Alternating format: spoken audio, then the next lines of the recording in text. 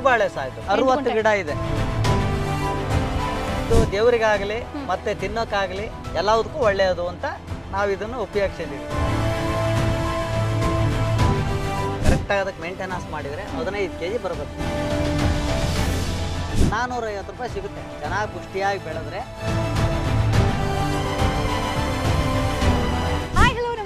Welcome to freedom farming Kannada YouTube channel. ನಾನು Chaitra. So ಸ್ನೇಹಿತರೆ, ನಾವಿವತ್ತು ಚನ್ನರಾಯಪಟ್ಟಣದ ಚಲ್ಯ ಅನ್ನೋ ಗ್ರಾಮಕ್ಕೆ ಬಂದಿದ್ದೀವಿ ಸ್ನೇಹಿತರೆ. ಸೊ ಇವತ್ತು ನಾನು ನಿಮಗೆ ಕಾಳಪ್ಪ ಅನ್ನೋರನ್ನ ಪರಿಚಯಿಸ್ತೀನಿ. ಸೊ ಇವರು ಸುಮಾರು 50 ವರ್ಷಗಳಿಂದ ಕೃಷಿಯನ್ನ ಮಾಡ್ಕೊಂಡು ಬರ್ತಾ ಇದ್ದಾರೆ. ಅಂದ್ರೆ ಸುಮಾರು 6ರಿಂದ 7ನೇ ಕ್ಲಾಸ್ ಇದ್ದಾಗಿಂದಲೇ ಇವರು ಬೇಸಾಯವನ್ನ ಮಾಡ್ಕೊಂಡು ಬರ್ತಾ ಇದ್ದಾರೆ. ಸೊ ಈಗ ಬಾಳೆ ಕೃಷಿಯನ್ನ ಮಾಡ್ತಿದ್ದಾರೆ, ಅದು ಕೂಡ ಕೇವಲ 8 ಗುಂಟೆ ಜಾಗದಲ್ಲಿ. ಹಾಗಾದ್ರೆ ಒಂದಷ್ಟು ಸ್ವಲ್ಪ ಕಡಿಮೆ ಜಮೀನ್ ಇದೆ ಅಂತಂದ್ರೆ ಯಾವ ರೀತಿಯಾಗಿ ಬಾಳೆ ಕೃಷಿಯನ್ನ ಮಾಡಬೇಕು ಅನ್ನೋ ಕಂಪ್ಲೀಟ್ ಡೀಟೇಲ್ಸ್ ಅನ್ನ ಕೊಡ್ತಾರೆ. ಸೊ ಬನ್ನಿ, ಅವ್ರ ತೋಟದಲ್ಲೇ ಇದೀವಿ.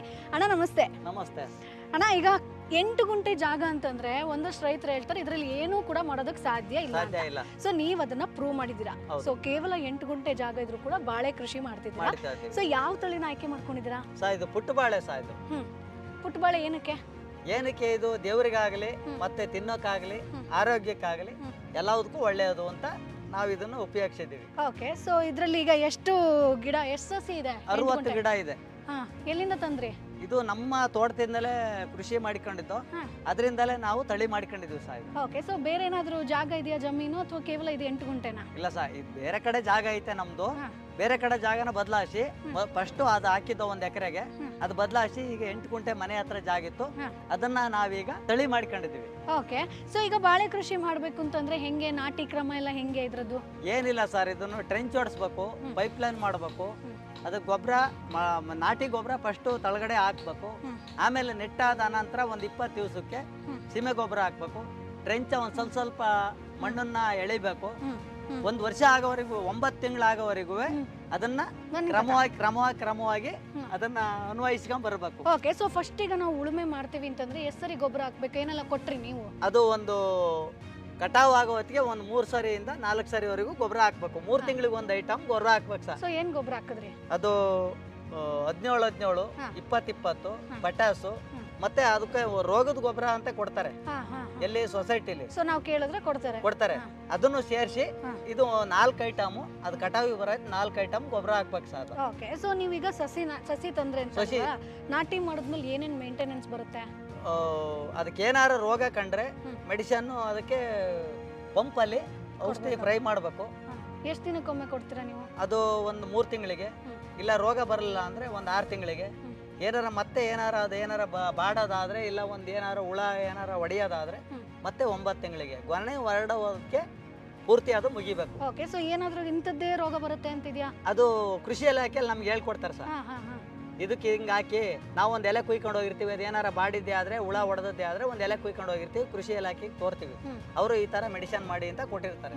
ಅದನ್ನ ನಾವು ದುಡ್ಡು ಕೊಟ್ಟು ಅಂಗಡಿಯಿಂದ ನಾವು ತಗೊಂಡ್ಬರ್ತೀವಿ. ಎಷ್ಟು ಔಷಧಿಗೆ ಎಷ್ಟು ಖರ್ಚು ಬೀಳುತ್ತೆ? ಅದು ಒಂದು ಕಮ್ಮಿ ಅಂತ ಅಂದ್ರೆ 1 ಡಬ್ಬಿ 1200, ಒಂದ್ ಲೀಟರ್ಗೆ 1000. ಅದು ಒಂದು 50 ಬಡ್ಡೆಗೆ ಆಗುತ್ತೆ.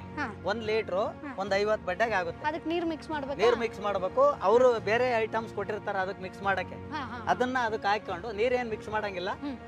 ಒಂದ್ ಸ್ವಲ್ಪ ಯೂರಿಯಾ ಮತ್ತೆ ಅದು ಅವ್ರು ಕೊಟ್ಟಿರೋದು ಮೆಡಿಸಿನ್, ಅದನ್ನೆಲ್ಲ ಮಿಕ್ಸ್ ಅಂದ್ರೆ ಅವರೇ ಹೇಳ್ತಾರೆ ಇಷ್ಟಿಷ್ಟು ಗ್ರಾಮು ಅಂತ. ಅದು ಮುಚ್ಚುಳಕ್ಕೆ ಹಾಕೊಂಡು ನಾವು ಪಂಪಿಗೆ ಹಾಕೊಂಡು ಪಂಪಲ್ಲಿ ಫ್ರೈ ಮಾಡಬೇಕು. ಸೊ ತಾತ, ಈಗ ನಾನು ನೋಡ್ತಿದ್ದೀನಿ ಇದ್ರಲ್ಲಿ ಏನಾದ್ರು ಅಂತರ ಏನಾದ್ರು ಕಾಪಾಡ್ಕೊಂಡಿದ್ದೀರಾ ಹೆಂಗೆ? ಇಷ್ಟು ಅಡಿ, ಇಷ್ಟು ಸಾಲು, ಹೌದು, ಆತರ ಏನಾದ್ರು ಇದೆ? ಹೌದು. ಇದನ್ನ 7 ಅಡಿಗೆ ಮಾಡಬಹುದು. ನಾನು ಇದನ್ನ ಈಗ 10 ಅಡಿಗೆ 15 ಅಡಿಗೆ ಮಾಡಿದೀನಿ. ಯಾಕೆ ಮಧ್ಯ ತೆಂಗಿನ ಮರ ಇದಲ್ಲ, ಆ ತೆಂಗಿನ ಮರ ಇರೋದ್ರಿಂದ ಬಡ್ಡೆಗೆ ನೆಡಬಾರ್ದು ಅಂದ್ಬಿಟ್ಟು 10 ಅಡಿ 12 ಅಡಿ ಅಂತರಕ್ಕೆ ಮಾಡಿದೀನಿ. ಅಲ್ಲಿ ಸಾಲಿಂದ ಸಾಲಿಗೆ ಸಾಲಿಗೆ 10 ಅಡಿ ಜಾಗ. ನೆಕ್ಸ್ಟ್ ಇದು ಅಂತರ ಈಗ ಒಂದು ನಟ್ಟಿದ್ದೀರಾ, ಇದರಿಂದ ಎಷ್ಟು ಅಂತರ? ಇದು 6 ಅಡಿ. ಇದು 6 ಅಡಿ ಅಂತರ. ಸೊ ಏನಕ್ಕೆ ಅಷ್ಟೇ ಕೊಡ್ಬೇಕು ಅಂತಿದ್ಯಾ? ಅಷ್ಟೇ ಕೊಡ್ಬೇಕು. ತೀರಾ ಹತ್ರ ಆದ್ರೆ ಗೊನೆ ಸರಿ ಬರಲ್ಲ. ಓಕೆ. ಗೊನೆ ಸ್ಪ್ರೆಡ್ ಆಗುತ್ತೆ. ಒಂದಕ್ಕೊಂದು ಎಣ್ಕೊಂಡಾಗ ಗೊನೆ ಸರಿಯಾಗಿ ಬರಲ್ಲ.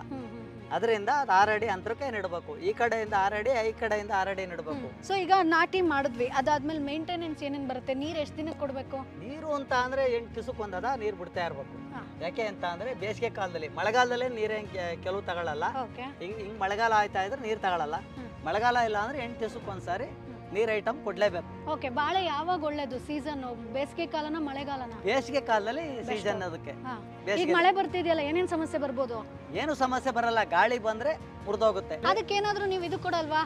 ಬಾಳೆ ಮರಗಳು ಕೊಡಬೇಕು, ಮರಗಳು ಕೊಡಬೇಕು. ಮರಗಳು ಕೊಡಕ್ಕೆ ಅಂತ ಅಂದ್ರೆ ಅದೇ ನಾವು ಎಲ್ಲಾರ ಮರಗಳು ಕಡ್ದು ಅಂಗಡಿಲಿ ಇಟ್ಕೊಂಡಿರ್ತಾರಲ್ಲ ಮಾರಾಟ ಮಾಡೋರು, ಅವ್ರ ಹತ್ರ ಇಂದ ನಾವು ತಗೊಂಬಂದು ಅದು ಈ ತರ ಕತ್ರಿ ಹೊಡೆದು ಹಗ್ಗ ಬಿಗಿದು ಗೊನೆಗೆ ಕೊಡ್ಬೇಕು. ಸೊ ಈಗ ಮಾರ್ಕೆಟ್ ಹೆಂಗಿದೆ ಬಾಳೆಗೆ? ಮಾರ್ಕೆಟ್ ಅದು ಪುಟ್ಟ ಬಾಳೆ ಕಮ್ಮಿ ಆಗದ ಕಣವ. ಇವಾಗ 50 ರೂಪಾಯಿ ಇತ್ತು ಕೆಜಿ, ಇವಾಗೆಲ್ಲ 25ರಿಂದ 30 ರೂಪಾಯಿ ಅಷ್ಟು ಅಷ್ಟೇ ಅಷ್ಟೇ ಅಷ್ಟೇ. ಸೊ ವೇರಿ ಆಗ್ತಾ ಇರುತ್ತೆ. ವೇರಿಯೇಷನ್ ಎಲ್ಲಿ ಸೇಲ್ ಮಾಡ್ತೀರಾ? ಈಗ ನಿಮ್ದು ಬೇರೆ ಜಮೀನ್ ಇದೆ ಅಂತಂದ್ರಲ್ವಾ, ಅಲ್ಲೇನೇನ್ ಬೆಳೆ ಬೆಳಿತೀರಾ? ಅಲ್ಲಿ ತೆಂಗು ಹಾಕಿದೀವಿ, ತೆಂಗೊಳಿಗೆ ಬಾಳೆ ಹಾಕಿದೀನಿ. ಎಷ್ಟು ತೆಂಗು ಇದೆ? ತೆಂಗು ಒಂದ 150 ಗಿಡ ಇದೆ ಅಲ್ಲಿ. ಓಕೆ, ಅಲ್ಲಿ ಎಷ್ಟು ವರ್ಷ ಆಯ್ತು ನೆಟ್ಟು? ಅಲ್ಲೇ ಸುಮಾರು ಒಂದು 50 ವರ್ಷ ಆಯ್ತು. ಸೊ ತೆಂಗಿಂದ ಹೆಂಗ್ ಇಳುವರಿ ಬರ್ತಿದೆ? ತೆಂಗೊಂದು ಇಳುವರಿ ಬರ್ತಾ ಇಲ್ಲ ಕಣವ, ಮಳೆಗಾಲ ಕರೆಕ್ಟ್ ಆಗಿ ಆಗ್ತಾ ಇಲ್ಲ, ತೆಂಗು ಇಳುವರಿ ಕಮ್ಮಿ ಆಗಿದೆ. ಆಮೇಲೆ ಈ ಬಿಸಿಲು ದಗೆಗೆ ಮೊಟ್ಟೆಗಳೆಲ್ಲ ಕಸ್ಕೊಂಡ್ ಬೀಳ್ತಾ ಇರ್ತವೆ, ನೀರಿನ ಅಂಶ ಕಮ್ಮಿ ಆಯಿತು. ಈಗ 2ನೇ ವರ್ಷದಲ್ಲಿ ಮಳೆಗಾಲ ಆದಾಗ ಮಾತ್ರ ಸ್ವಲ್ಪ ಮರ ಸ್ಫುಡ್ ಆಯ್ತು.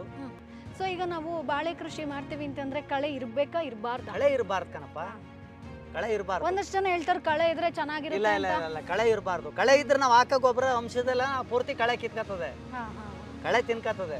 ಕಳೆ ಬೆಳೆಸ್ಬೇಕು, ಕಳೆ ಬೆಳೆಸಿರೋದು 3 ತಿಂಗಳಿಗೆ ಒಂದ್ಸರಿ ಕಟಾವ್ ಮಾಡ್ತಾ ಇರ್ಬೇಕು, ಮೆಹನತ್ ಮಾಡ್ತಾ ಇರ್ಬೇಕು. ಇಲ್ಲಿ ನೀವೇ ಮಾಡೋದಾ ಅಥವಾ ಕಾರ್ಮಿಕರು? ಇಲ್ಲ ಇಲ್ಲ ಇಲ್ಲ ಸರ್, ನಾವೇ ಮಾಡೋದು. ನಾವೇ ಮಾಡೋದು. ನಮ್ಗೆ ಮಕ್ಕಳುಗಳಿಲ್ಲ, ಎಲ್ಲ ಹೊರಗಡೆ ಅವ್ರೆ. ನಾವು 4 ಜನ ಅಣ್ಣ ತಮ್ಮದಿರು. ಇದು ನಮ್ಮ ಅಣ್ಣನ ಮಗಂದು ಮನೆ, ಇದು ನಂದು, ನಮ್ಮ ತಮ್ಮದಿರದು ಇಬ್ಬರದ ಊರೊಳಗಡೆ ಐತೆ. ಸೊ ಎಲ್ಲ ಜೊತೆಯಾಗಿ ಕೆಲಸ ಎಲ್ಲ ಜೊತೆಗೆ ಕೆಲಸ ಮಾಡ್ತೀವಿ. ಓಕೆ, ನೀವು 7ನೇ ಕ್ಲಾಸಿಂದ ಕೃಷಿ ಮಾಡ್ತಿದ್ದೀರಾ ಅಂತ. ಸೊ ಅದು ಹೆಂಗ್ ಇಂಟ್ರೆಸ್ಟ್ ಬಂತು ಕೃಷಿಲಿ? ನಿಮ್ಮ ಫ್ಯಾಮಿಲಿ ಅವ್ರು ಕೃಷಿ ಮಾಡ್ತಿದ್ರಾ? ಇಲ್ಲ ಇಲ್ಲ, ನಮ್ಮ ತಂದೆಯರೇ ಕೃಷಿಲಿದ್ರು. ನಮ್ಮ ತಂದೆಯರೇ ವ್ಯವಸಾಯದಲ್ಲಿ ಹೀಗೆ ಅಂತ ನಾವು ಸ್ಕೂಲ್ ಬಿಟ್ಟ ತಕ್ಷಣ ಈ ತರ ಮಾಡ್ಬೇಕು. ಅಯ್ಯೋ ಒಂದು 5ನೇ ಕ್ಲಾಸ್ ಓದಿದ್ದೀನಿ ಅಷ್ಟೇ. ಓಕೆ, ಅದಾದ್ಮೇಲೆ ಕೃಷಿ. ಓಕೆ, ಅವಾಗ ಏನೇನ್ ಬೆಳೆ ಬೆಳೀತಾ ಇದ್ರಿ? ಹೆಂಗೆ? ಅವಾಗ ರಾಗಿ, ಭತ್ತ, ಜೋಳ, ಕಡ್ಲೆ, ತೊಗರಿ, ಪ್ರತಿಯೊಂದು ಬೆಳೆ ನಮ್ಮ ರೈತರಿಗೆ ಏನಾಗಬೇಕು ಅದೆಲ್ಲ ಪ್ರತಿ ಬೆಳೀತಾ ಇದ್ದು. ಸೊ ಈಗ ನೀವು ಬಾಳೆ 60 ನೆಟ್ಟಿದ್ದೀರಾ ಅಂದ್ರಲ್ವಾ? ಸೊ ಇದರಿಂದ ನಾವು ಎಷ್ಟು ಇಳುವರಿ ಎಕ್ಸ್ಪೆಕ್ಟ್ ಮಾಡ್ಬೋದು? ಇಳುವರಿ ಬಂದಿದ್ಯಾ? ಎಲ್ಲಪ್ಪ, ಇನ್ನು ಗೊನೆನೆ ಕಡ್ದಿಲ್ವಲ್ಲ. ಗೊನೆನೆ ಕಡ್ದಿಲ್ವಲ್ಲ, ಗೊನೆ ಕಡ್ ತೂಕ. ಇದೆಲ್ಲ ಎಷ್ಟು ತಿಂಗಳದೀಗ ಸಸಿ? ಇದಾಲೆ 12 ತಿಂಗಳು. 12 ಆಯ್ತು. ಇನ್ನು 2 1 ವರ್ಷ ಆಯ್ತು ಹಾಗಾದ್ರೆ ಇದು ಹಾಕಿ? 1 ವರ್ಷ ಆಯ್ತು. ಇನ್ನು 2 ತಿಂಗಳು ಬೇಕು, 14 ತಿಂಗಳು ಬೇಕು ಬಾಳೆ ಬರ್ಬೇಕಾದ್ರೆ. ಸೊ ಅಷ್ಟು ತಾಳ್ಮೆ ಇರಬೇಕು. ಓಕೆ, ಸೊ ಈಗ ನಾವು 14 ತಿಂಗಳು ವೆಯ್ಟ್ ಮಾಡಿದ್ವಿ ಅಂತಂದು. ಸೊ ಈ 60ರಿಂದ ನಾವು ಎಷ್ಟು ಎಕ್ಸ್ಪೆಕ್ಟ್ ಮಾಡ್ಬೋದು? ಚೆನ್ನಾಗಿ ಬೆಳೆದ್ರೆ ಮಗ, ಕಾರ್ಯಕ್ರಮ ಕರೆಕ್ಟ್ ಆಗಿ ಅದಕ್ಕೆ ಮೇಂಟೆನೆನ್ಸ್ ಮಾಡಿದ್ರೆ 15 ಕೆಜಿ ಬರಬೇಕು. 15 ಕೆಜಿ ಮಾಡ್ಲಿಲ್ಲ ಬಂದ್ರೆ ಹೆಂಗ್ ಬರುತ್ತೆ? ಎಷ್ಟು ರೇಟ್ ಈಗ ಮಾರ್ಕೆಟ್ ಅಲ್ಲಿ? 30 ರೂಪಾಯಿ ರೇಟು, 450 ರೂಪಾಯಿ ಸಿಗುತ್ತೆ ಚೆನ್ನಾಗಿ ಪುಷ್ಟಿಯಾಗಿ ಬೆಳೆದ್ರೆ. ಸೊ ತಾತ, ಈಗ ನಾವು ಒಂದು ಗಿಡದಿಂದ ಎಷ್ಟು ಗೊನೆ ಎಕ್ಸ್ಪೆಕ್ಟ್ ಮಾಡ್ಬೋದು? 1, 2 ಹೆಂಗೆ?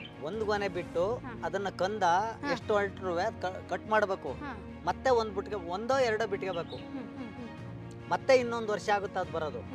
ಆವಾಗ ಅದು 10 ಕೆಜಿನೇ ಬರೋದು ಅದು. ಓಕೆ, 15 ಕೆಜಿಗೆ ಈಗ ಎಷ್ಟಿದೆ? 30 ರೂಪಾಯಿ ಕಣಪ್ಪ. 30 ರೂಪಾಯಿ. ಓಕೆ, ಕಾಯಿ ಈಗ 30 ರೂಪಾಯಿ, 1 ಕೆಜಿಗೆ 30 ರೂಪಾಯಿ. 30 ರೂಪಾಯಿ. ಹಣ್ಣು ಮಾರೋರು 50 ರೂಪಾಯಿ ಮಾರ್ತಾರೆ, 40 ರೂಪಾಯಿ ಮಾರ್ತಾರೆ. ನಮ್ಮ ಹತ್ರ ಮಾರ್ಕೆಟರ್ ಇಲ್ಲಿ ಬಂದ್ರೆ ಬೆಂಗಳೂರಲ್ಲಿ ಬರ್ತಾರೆ, ಈಗ ಕಾಯಿ ಕಟ್ ಮಾಡ್ಕೊಳಕ್ಕೆ 30 ರೂಪಾಯಿ ಹಾಕ್ತಾರೆ ಅಷ್ಟೇ. ಏನ್ ಕನ್ಸ್ ನಿಮ್ದು ಕೃಷಿಲಿ? ಕೃಷಿಲಿ ನಮ್ಗೆ ಅಡಿಕೆ ಮಾಡ್ಬೇಕು, ತೆಂಗು ಮಾಡ್ಬೇಕು. ಜಮೀನೇ ಇರೋದು ನನಗೆ 1 ಎಕರೆ 25 ಗುಂಟೆ ಜಮೀನು ಐತೆ ನನಗೆ ಅಷ್ಟೇ. ಇದು ನಾನು ತಗೊಂಡಿರೋ ಜಾಗ, ಇದು ಪೂರ್ತಿನ ನಾನು ಕೂಲಿ ಮಾಡಿ, ನಾನು ಸ್ವಂತ, ನಮ್ಮ ಹೆಂಗಸರು ನಾವು ಕೂಲಿ ಮಾಡಿ ತಗೊಂಡಿರೋ ಜಾಗ. ಇದು 22 ಗುಂಟೆ ನಾನು ಸ್ವಂತ ತಗೊಂಡಿರೋದು. ಸೊ ತಾತ, ನಿಮ್ದು ಏನ್ ಕನ್ಸಿದೆ ಅದು ಬೇಗ ನನ್ಸಾಗ್ಲಿ. ನೀವು ಏನ್ ಬಂಡವಾಳ ಕಷ್ಟ ಪಡ್ತಿದ್ದೀರೋ ಅದು ಕೂಡ ಆದಷ್ಟು ಬೇಗ ಸಿಗ್ಲಿ ಅಂತ ಕೇಳ್ತೀವಿ. So thank you so much. Thank you ತಾತ. Thank you. ಒಳ್ಳೆದಾಗ್ಲಿ, ನಿಮ್ಗೂ ಒಳ್ಳೆದಾಗ್ಲಿ. ಆಗ್ಲಿ ಕಣಪ್ಪ. ಓಕೆನಾ? ಆಗ್ಲಿ. ಬೇಗ ಇದ್ರಲ್ಲೂ ಆದಾಯ ಮಾಡಿ. ಅಲ್ಲಲ್ಲ, ನೀನು ಮಗಳು ಅಂತಲೇ ತಿಳ್ಕೊತೀನಿ ನಾನು. ಸೊ ಅದಕ್ಕೆ ನಾನು ತಾತ ಅಂತ ಕರೆದಿರೋದಲ್ಲ, ನಮಗೂ ಅಜ್ಜ ಇಲ್ಲ, ಸೊ ತಾತ ಅಂತ ಅದಕ್ಕೆ ಕರೆದಿರೋದು. ಓಕೆ, ಸೊ ಇನ್ನೊಮ್ಮೆ ಬರ್ತದೆ ಮಕ್ಕಳು ಅಂದ್ರೆ ನಮಗೂ ಒಳ ಬರ್ತದೆ, ಯಾಕೆಂದ್ರೆ ನಾವು ಕೃಷಿಲಿ ಸಖತ್ ಕಷ್ಟಪಟ್ಟಿದ್ದೀವಿ. ಸೊ ಈ ಕಷ್ಟ ಎಲ್ಲ ಬೇಗ ನಿವಾರಣೆ ಆಗ್ಲಿ. ನೀವ್ ಯಾವಾಗಿನ ಡಬಲ್ ಆದಾಯ ಮಾಡ್ತೀರೋ ಅವಾಗ ಇನ್ನೊಂದ್ ಬಂದು ಇಂಟರ್ವ್ಯೂ ಮಾಡ್ತೀನಿ. ಓಕೆನಾ? ಆಯ್ತು ಕಣಪ್ಪ. ಅವತ್ತು ಬೇಕಾದ್ರೆ ಬರ್ಬೇಕಾದ್ರೆ ನಮ್ಮ ಫೋನ್ ನಂಬರ್ ಇಸ್ಕೊಂಡು ಹೋಗು. ಮನೇಲಿ ನಮ್ಮ ಮನೇಲಿ ಏನೈತೆ ಊಟ ಅದನ್ನ ಸರಿ ಮಾಡ್ತೀನಿ ಕಣಪ್ಪ.